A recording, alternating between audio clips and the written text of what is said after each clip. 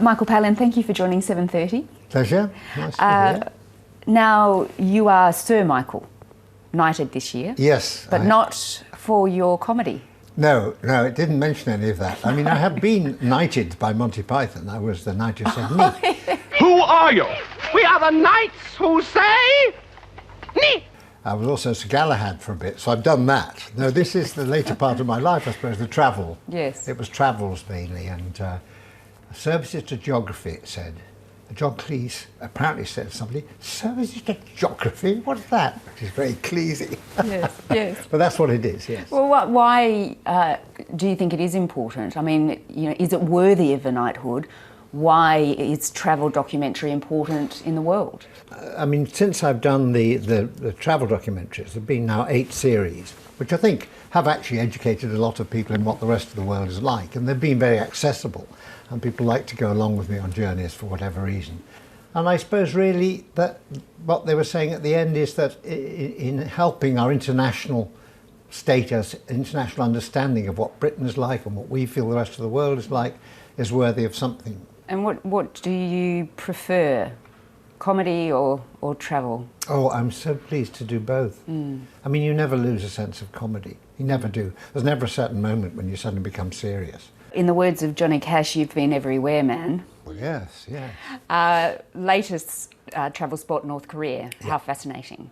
We had obviously to get permissions from people. We were there on the other hand for 2 weeks, which is quite a long time for a Western film crew to be allowed to film there. Although you were always followed, you had your minders with you. Just Yes. describe that sort of strange situation where you weren't really free to do whatever you wanted to do, but you were really trying to give a sense of what it was actually like.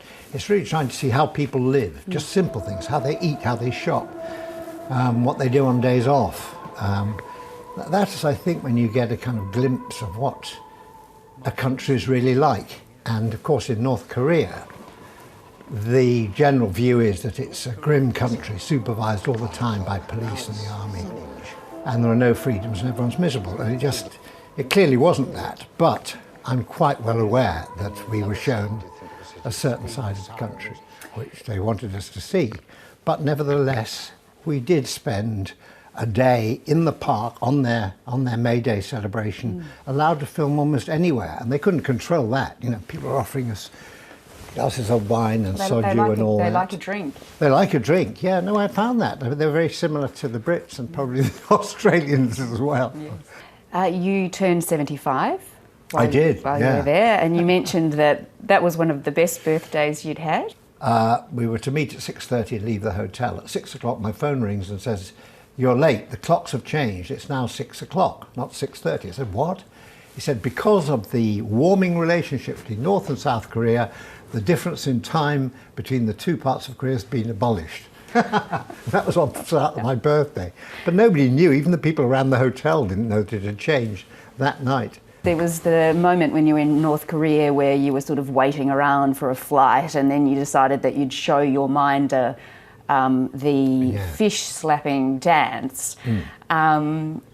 An interesting moment for a North Korean, I would think. They probably haven't seen that sort of humour before. No, it was interesting for me too. I mean, we had a long period at this airport, which is absolutely immaculate, fully staffed, but without any passengers at all, because there were no flights there yet.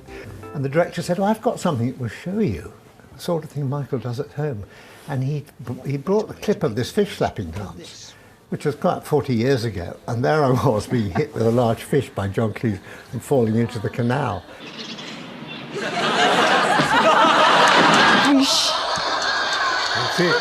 She broke up. It was wonderful. She really laughed.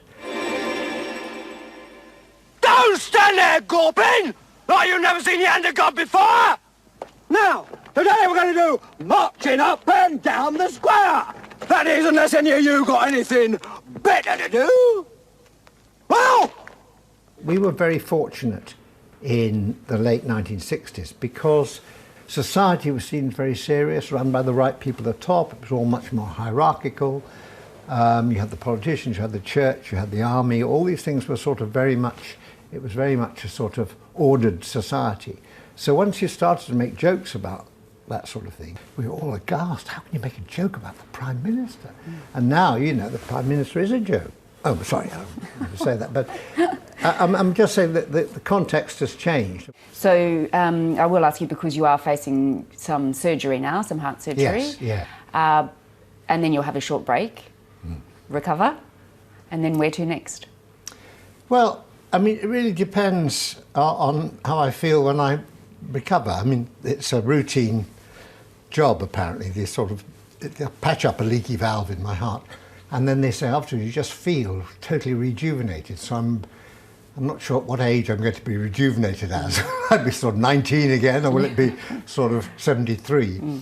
Well, best of luck. Thank you very much for your time. Thanks. I really appreciate it. Thank you. Thanks very much. Thanks.